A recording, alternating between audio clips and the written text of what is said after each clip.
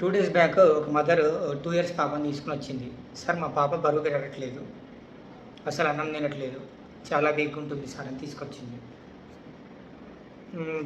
ఏం పెడుతున్నారు ఫుడ్ అని హిస్టరీ తీసుకుంటే రోజు బిస్కెట్‌లు, చాయ్ చిన్న పాపకి.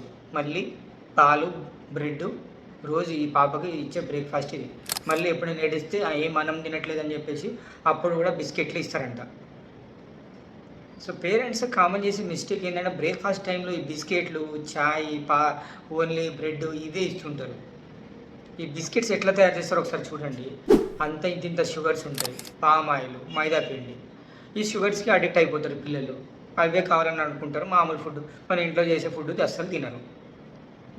కొన్ని రోజులకి ఏమైతది? ఈ బిస్కెట్‌లు, ఓన్లీ చాయ్ తాగడం వల్ల పిల్లలకి రక్తహీనత వస్తది. బరువు సరిగ్గా పెరగరు. రక్తహీనత వల్ల మళ్ళీ ఫుడ్ సరిగ్గా తినరు.